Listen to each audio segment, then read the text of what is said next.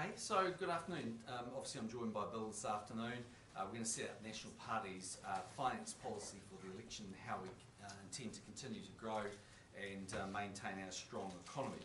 As you know, it's an economy that's currently one of the fastest in the developed world. So we'll make a few comments, take any questions that you have.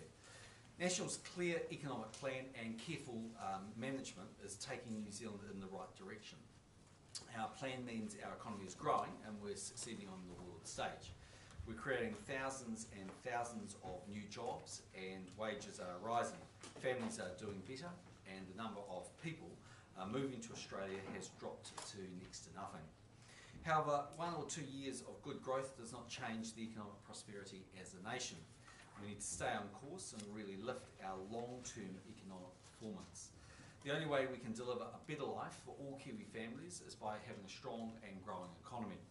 Today we're outlining our finance policy for the next 3 years and within that our 5 fiscal priorities for another term. 1, we'll return to surplus this year and maintain surpluses over subsequent years. Number 2, we will reduce net government debt to 20% of GDP by 2020 and as part of that we'll start to repay net debt in dollar terms by 2017-18. 3, we will further reduce ACC levies on households and businesses starting on 1 April 2016 because the ACC accounts are now fully funded. 4, we will begin to reduce income taxes from 1 April 2017 providing economic and fiscal conditions allow. And finally, we'll use any further fiscal headroom such as positive revenue surprises to get net debt to 20% of GDP sooner than 2020. So we will reduce income taxes modestly as conditions allow, and these are the conditions.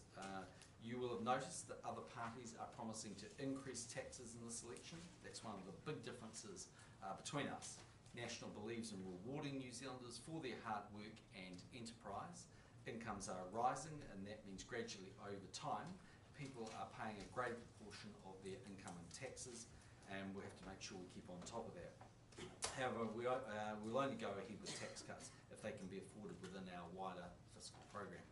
So in an overall nutshell, the point I think we would be making is that as the budget document showed in 2014, this year, there's about $1.5 billion worth of spending or tax room for each of the next 3 budgets. National is making the call that we will carry on spending at around about $1 billion a year as we have for the last 2 years.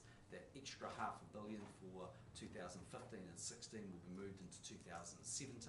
That will give us $1.5 billion. Of that $1.5 billion, we'd anticipate roughly $500 million will go to debt reduction and about $1 billion would be available for a tax cut program aimed at low to middle income New Zealanders. So we'll pass over to Bill and then we can fire away any questions. Thank you, Prime Minister.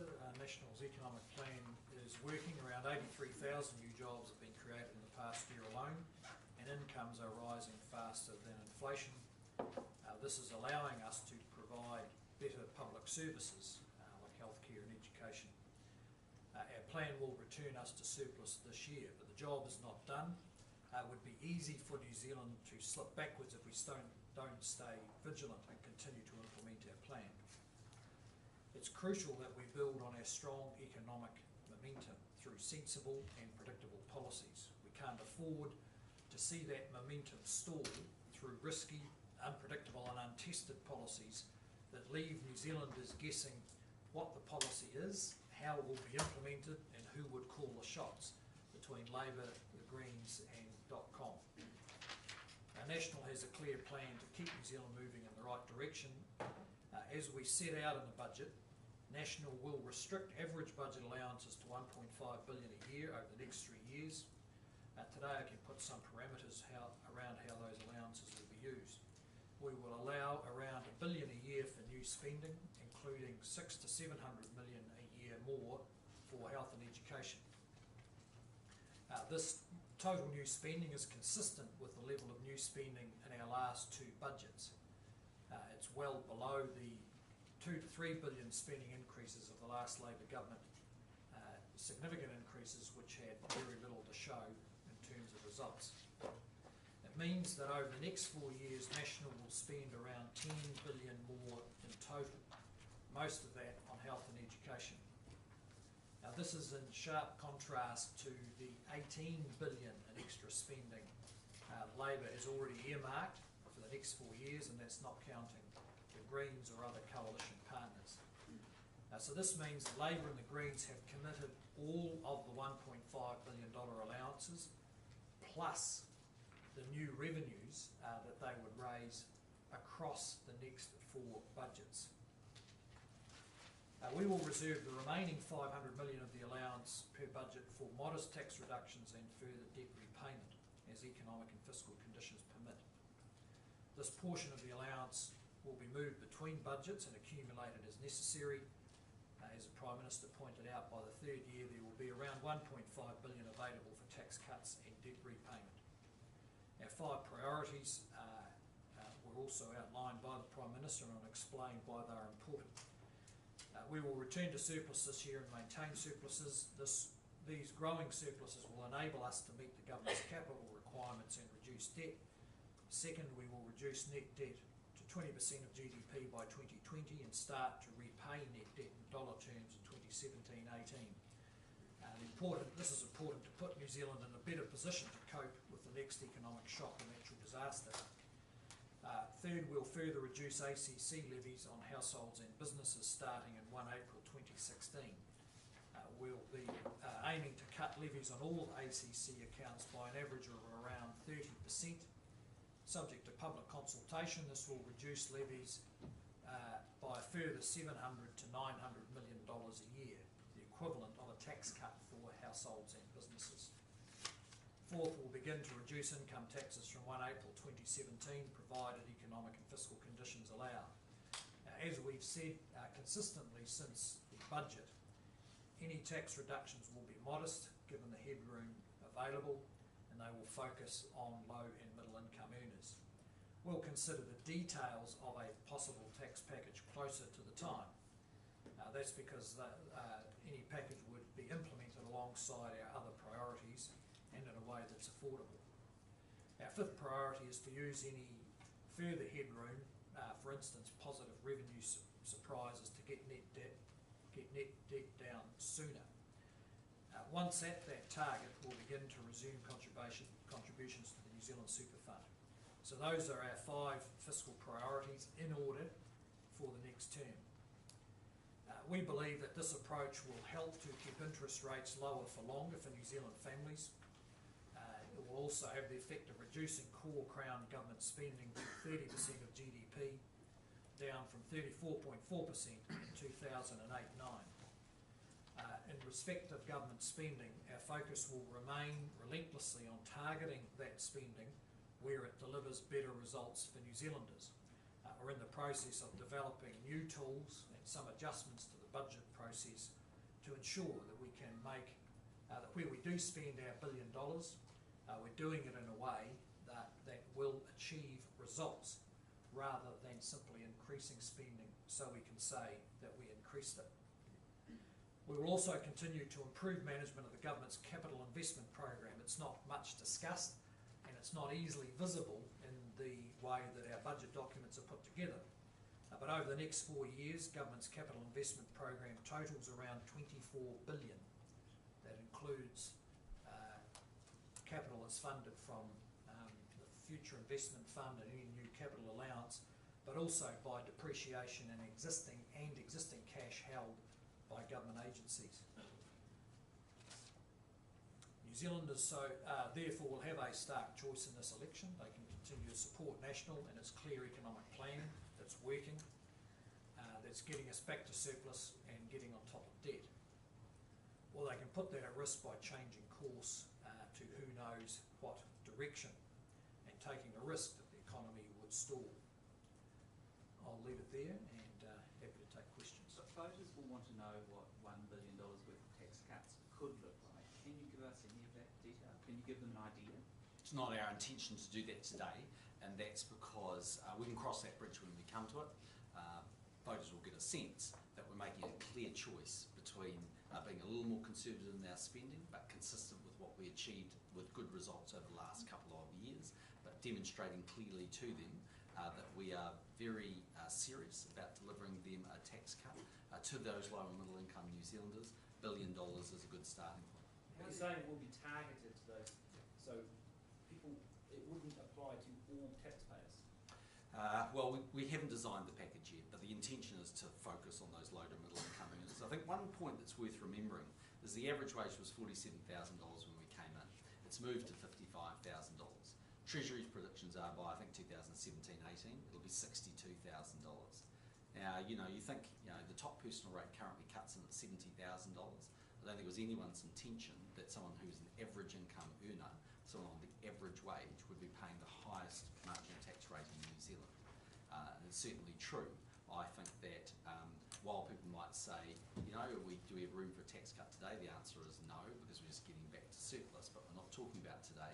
We're talking about as surpluses grow in New Zealand, as we repay debt, as we get on top of ACC levies. They are all very careful economic management. And I think that position will change. I think in 2 to 3 years' time, New Zealanders will be saying that yes, even if it's a small start in terms of a tax reduction, they can spend their own money better than any government can. So does that point to you looking then at thresholds so that those marginal tax rates don't cut in at such low income levels? Well, I think we ourselves haven't decided what the structure of that might look like. There's obviously rates, there's obviously thresholds, there's potentially other mechanisms, but what we do want to do is make sure we build up that kitty of money that's available to be returned, and that we demonstrate to New Zealanders that we want them to get ahead under their own steam and be rewarded for their own hard work and enterprise.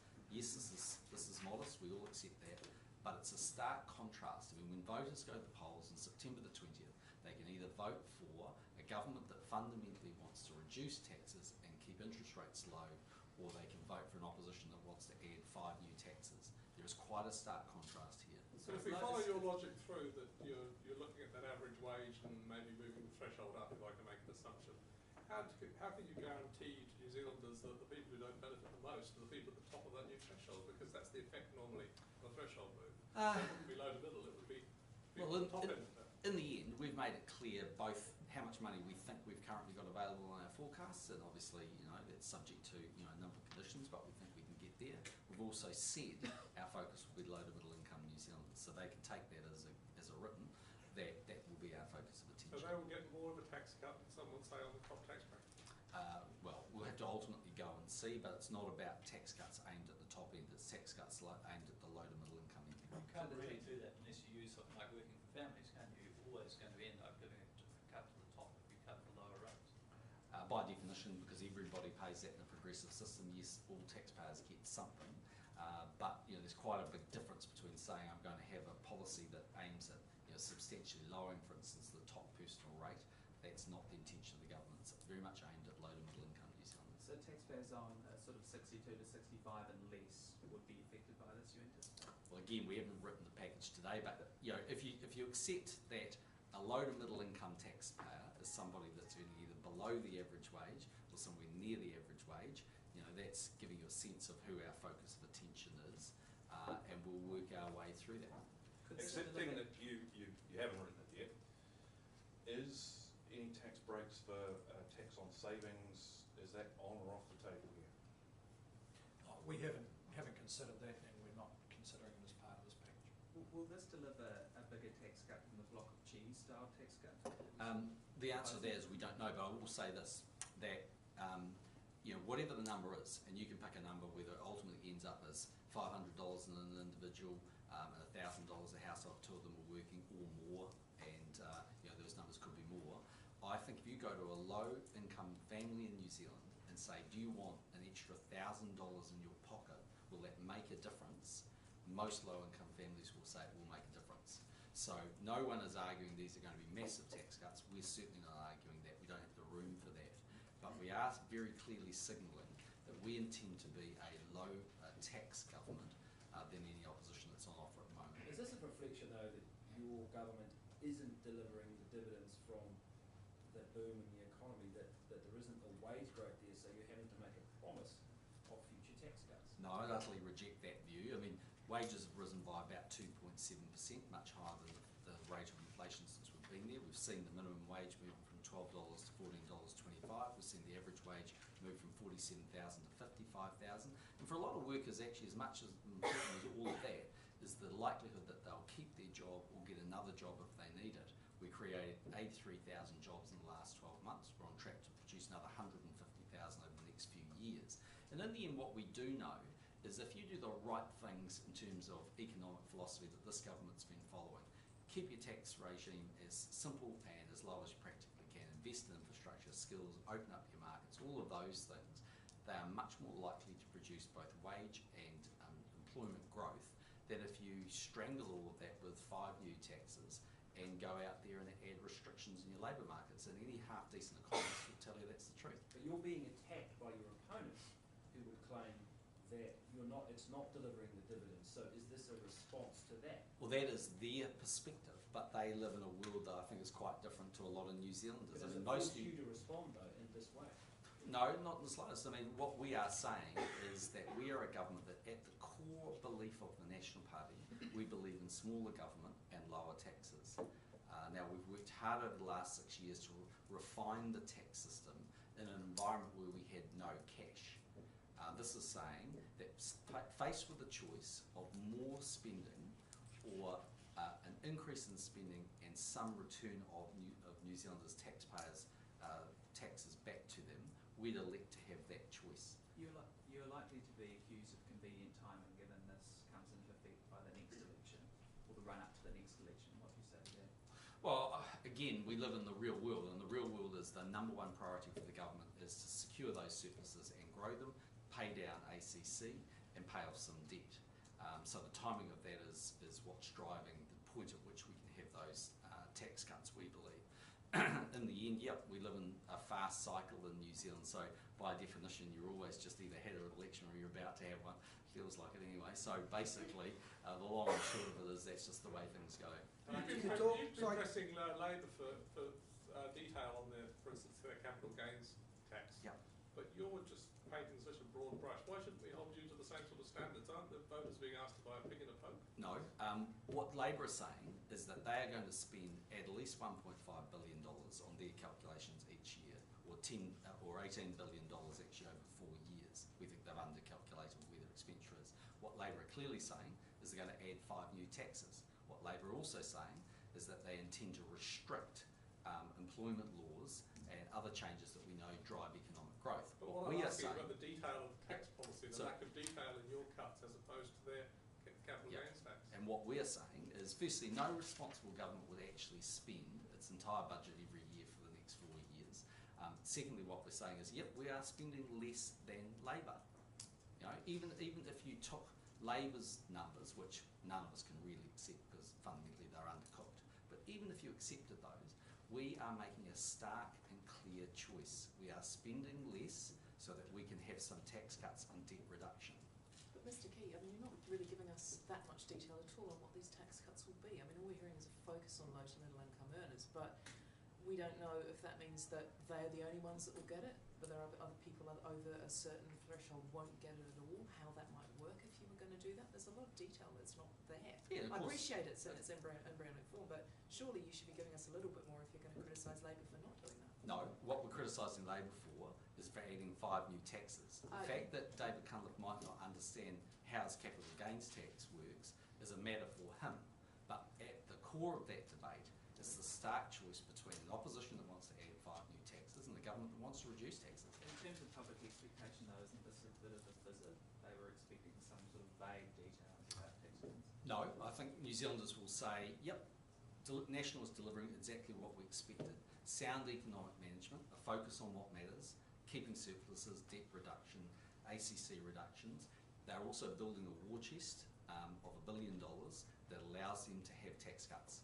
And I think that's what New Zealanders would expect from us. Over the course of the last 6 years, while it's true in the last couple of years we've had expenditure of about $1 billion of new expenditure in the last couple of budgets, we also had 4 budgets where we lived with basically no increase. So New Zealanders have a pretty good sense of how this government operates, how it can live within its means, and actually fundamentally how we're delivering better results. I mean, one of the big points here is that if the test of whether you're a good government is just whether you spend more money, then in my view, you're applying completely the wrong test. It's actually what results are you getting. And through better public services and the results we've been achieving, whether it's in health or education or defence force or whatever it might be, in my view, we can clearly demonstrate that while we've increased expenditure in some areas at a lower rate than Labor, the outcome of that expenditure has been far better. Bill English, you stood up at the pre-fu and said there would not be a tax cut announcement this campaign, so what's this? Well, it's what we said going back to the budget and including the pre-election update. People asking the questions often define a tax cut announcement as $1 per week, and we've consistently said we're not going to do dollars per week. What we have done is set out the allowances. We have a track record of sticking to the $1 billion spending, and on the current forecast we will have around $1 billion by 2017 for lower taxes, and as we get closer to that we can announce details. Because the criticism is that some people have argued, your opponents, that you were rattled into this by the dirty politics saga and this has all been brought forward. No, that was, we've been talking about this since the budget. So, but I had to tell you, the budget was well and truly released before the book, right? So what's and new if we about- hadn't actually gone out today and said, look, here's a plan for roughly how much money we think we've got for tax vis-a-vis spending, I think you'd go along and say, here's your budget. Can you just explain to me why you wrote in this $1.5 billion worth of headroom, there's room for more expenditure and there's room for tax reductions. That's why we wrote it in the budget. We were as clear as we could be. This has been our intention the whole way through. It's never been our intention to say, this is your dollar amount in day one, because we need to work on the program. But it's absolutely been our intention to say that we intend to spend some money, reduce some debt, have some tax cuts. And you So said, yeah, this is that a at the time of the budget, so I'm just wondering what's actually new about today's announcement. The fact that we're living within $1 billion a year, not 1.5 billion. The fact that we intend to reduce nominal debt by 2017. The fact that we've got $1 billion for that tax reduction in 2017, and the fact that the ACC reductions will be between about $700 to $900 million. That's the new bit. But with respect to this tax cut, it's a re-announcement. This is what you've been giving Labor a hard time about. Jeez, now re-announcing first off stuff. you were telling us that we weren't having a tax cut, now you're telling me we've already announced it before. You need to make up your own mind which one's right. No, I think we've answered that question, which is that when we went into the budget documents, we gave you a sense of the headroom, $1.5 billion. Today we're firming up that $1 billion of that is new expenditure, $500 million of that will get washed into the third year, 2017, for debt reduction and tax reduction. Have you done calculations on what it will mean for the economy, putting an extra $1 billion in terms of stimulus or pressure on interest rates, that kind of thing? Yeah, that's been done, that was done in the budget, and actually at the time there was advice released to indicate that one of the reasons for the $1.5 billion limit was that going beyond that could put significant pressure on interest rates, and that was talked about back in May and repeated in the pre-election update. How would you in effect just move from 1.5 to 1, 2.5 in terms of your new spending? Well, if you allocate it across the years, you can calculate it that way, yes. Well, except it's not new how is that spending. not I the think case? the Prime Minister's made that point which is a pretty important point. In the discussion about who's spending what, the opposition parties have said, well, we're spending 15 and they're spending 18 billion. Well, that's actually not correct. The $1.5 billion allowance we've made since the budget is actually $1 billion spending and $500 million for tax or debt reduction. So what would difference yours is- be the if you difference added is- the spending and the tax cut together? Sorry? What would yours be if you added the spending, which is 10 billion you've said, and the tax cut together? It'd be 14. Yeah, well, it'll be the total as for the whole lot, but you and- incorporate in the real world, don't you incorporate Labor's R&D tax credits in with their spending when you add them up? So their tax cut is a spend, but yours isn't. What do you say? well, that's up to them about how they account for No, it. that's how We're you just accounted telling for you- it. No, that's their numbers, 18 and 15. But there is a pretty clear difference, and that is we are limiting our spending to around $1 billion a year. We think we can achieve better results with that, with the toolkit that we're developing and have used over the last couple of years. And the rest of it is for tax reductions, not actually for additional spending. If you want to get into Labour spending, I mean, the reality of Labour spending is you really couldn't take their numbers seriously. I know the test for David Cunliffe has been that David Parker knows how to use an Excel spreadsheet and put it up on a website, and that's touching. But the reality is no one in basically this Parliament, I think, believes they could stick to that. The truth is, if they're in government, they've got to be locked at the hip with the Greens. The Greens have massive expenditure they want to undertake. The second thing is Labour's record in government is increasing expenditure by a lot. And thirdly, we've looked at their numbers and they don't add up. They're not $15 billion as they say. There is a starting point, 18 billion. So this is quite a stark contrast between an opposition that wants to spend a lot of money, will spend a lot of money and tax a lot more, and a government that's got a proven track record of living within its means, making the numbers add up and cutting taxes now. Will the fairly ominous storm clouds over the dairy industry, the $5 billion hole which we could have carved out of our export earnings next year, change things fairly quickly for you if that continues to deteriorate? The thing to remember around the dairy price is really two things. One is a significant reduction was built into the forecasts, and that was looked at again by Treasury in the run-up to the pre-election update. $5 billion? Just 4 weeks ago. And I think anyone would say that in that, since then, in that 6-week period, there's now a bit more downside risk. And it's risk because if you just take, for example, the GDT is an indicator for Fonterra's payout. A couple of weeks ago, they confirmed their $6 payout. Now, they will be looking at it the same as us. That is, if the New Zealand dollar comes down, it'll offset some of the reduction in price, but who knows how much. Then there's an argument about whether prices are going to pick up late in the season or whatever. All that underlines is that there are risks in the wider world. We can't take surpluses or sound economic management for granted. We have that opportunity to, if we keep working at it, to have sustained economic growth. But if New Zealand takes the eye off the ball, if it starts doing odd policies, if investment confidence stalls because everyone's trying to work out whether the Greens are in charge or Labour and how long it's going to take to implement all these policies, that means our growth rate and job creation rate will come off, and that does really matter to households. Do you have an estimate when you might get to 20% of GDP and thus start consuming contributions to super?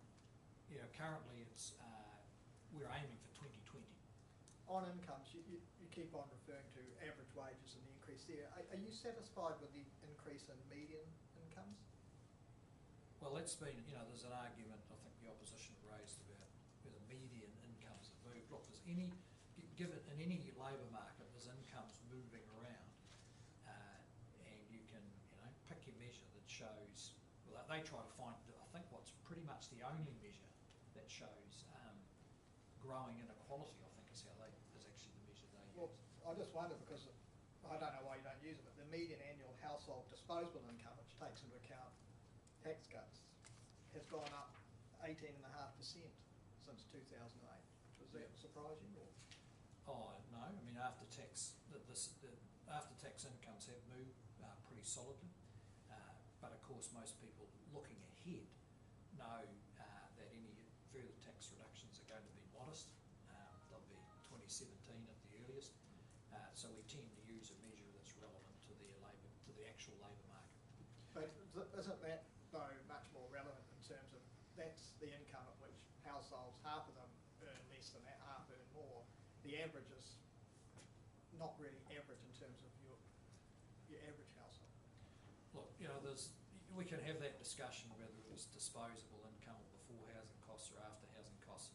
The broad direction's actually pretty clear. That is more jobs being created, that helps lift incomes, and real incomes are rising. And I think one thing we've lost, we need a bit of perspective on here. Having rising real incomes is relatively rare in the developed world. It's treated here as if it's something that's not really important. Real incomes are now dropping in Australia. The last couple of months they've started dropping. In the UK they haven't caught up to where they were prior to the global financial crisis. In Europe and the US there's been quite big impacts on some parts of their income distribution. So we've had a relatively smooth path, not that it's been easy for individual households, but on average a reasonably good path through the recession and now rising real incomes. One thing that I was wondering about here is the Earthquake Commission, and that's currently an empty vault, the Natural Disaster Fund, and you seem to be not talking about building that up again. Is that now on hold?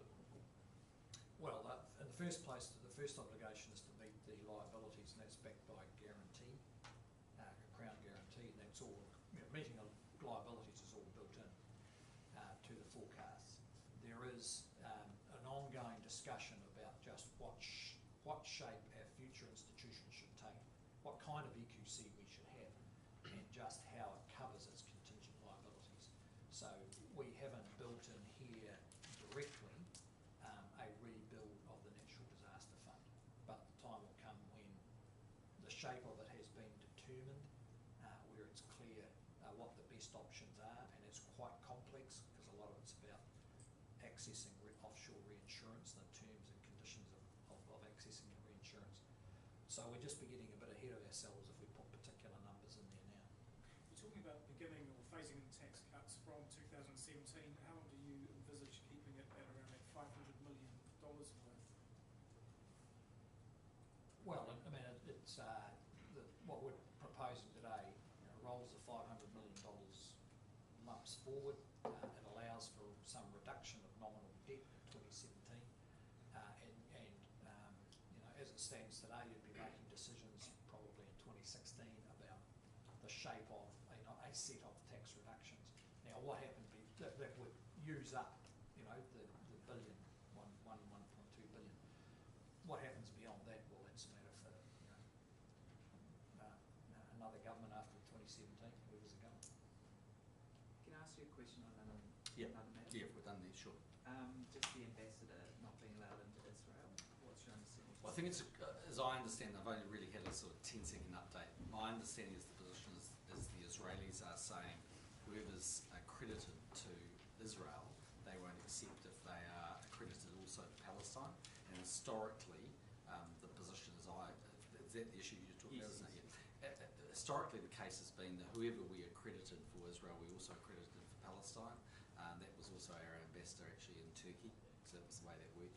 My understanding is the foreign minister is going to go and have a look at it and see where we go from here. Are you likely to call in the ambassador here? Well, we will need to think about the logistics and complications of that, because as I say, typically our person in Ankara is the person that we've accredited to Palestine and Israel, and so it would be obviously pretty inconvenient for us if we couldn't do that, but we'll just need to think that through, and foreign ministry is going to go and have a look at that. So you sensing there's been a change in stance? Well, that's what it seems to be the case, because my foreign policy advisors now in my office was our ambassador in Turkey, and he was also accredited to Israel and Palestine, so that's been the historical pattern, that's why we know that, and they seem to be saying that's not acceptable going forward now. We'll need Do you to have any sense of why that change may have No, occurred? I don't know, no. Would Would you it be consider desired- doing what they suggest? Sorry? Would you consider doing what they suggest? I don't know, I think we need to take some advice and sort of say, okay, well, if we didn't cover it that way, how logistically could we cover it?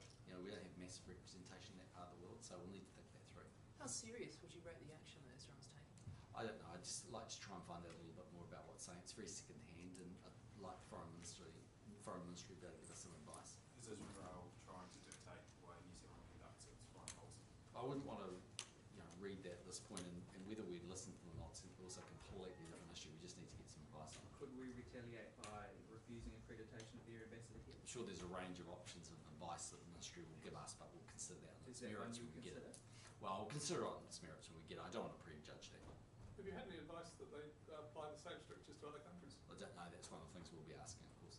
Israel claims that this is a long-established rule. I mean, is that wrong? Well, that's not the way I understood it. I'll go and check it, but my understanding of my foreign policy advisor when he was in Ankara was he was accredited to Israel and Palestine. Now, that might be wrong, but I'll go and check it. That's what I was advised by him. Do you Well, think not by that- him, but someone else. But Do you think Israel's trying to send your government a message about its stance vis-a-vis Palestine?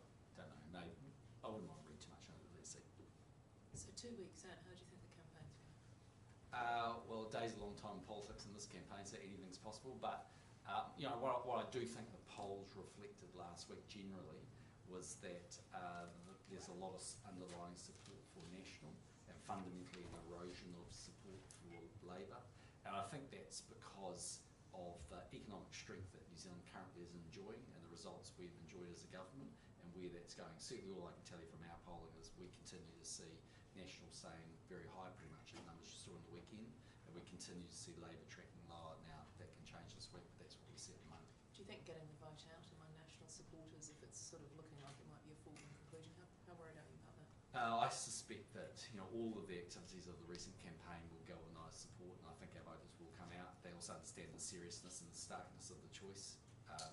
Today's just one example of that. There's already clear choice here in so many different ways, and this is just one further example of that. And I think all we can say to New Zealanders is the basic message: if you want a national government, you've got to go out and re-elect it. We can't make it happen for you. You've got to do it for us. Just one more question on the Israel ambassador situation. The newspaper that reported in Israel, Haaretz, described New Zealand's stance as being, I can't remember these precise words, but pro-Israel. Do you see that position? Well, I think if I was to characterise it perfectly correctly, it was probably more moderate under Helen Clark. It might have been interpreted as being slightly more forward-leaning to Israel, and it's probably moved back to a more neutral position, but it's very at the margins. So you're slightly more sympathetic to Israel than Helen Clark's government was? Is that I think they would have interpreted that in the very early days, but now they've interpreted it as being more back to where we were. I'm not saying that's the case, but I'm just saying there were a couple of votes that we took that they might have interpreted that way. So how would you characterise the relationship between those two entities?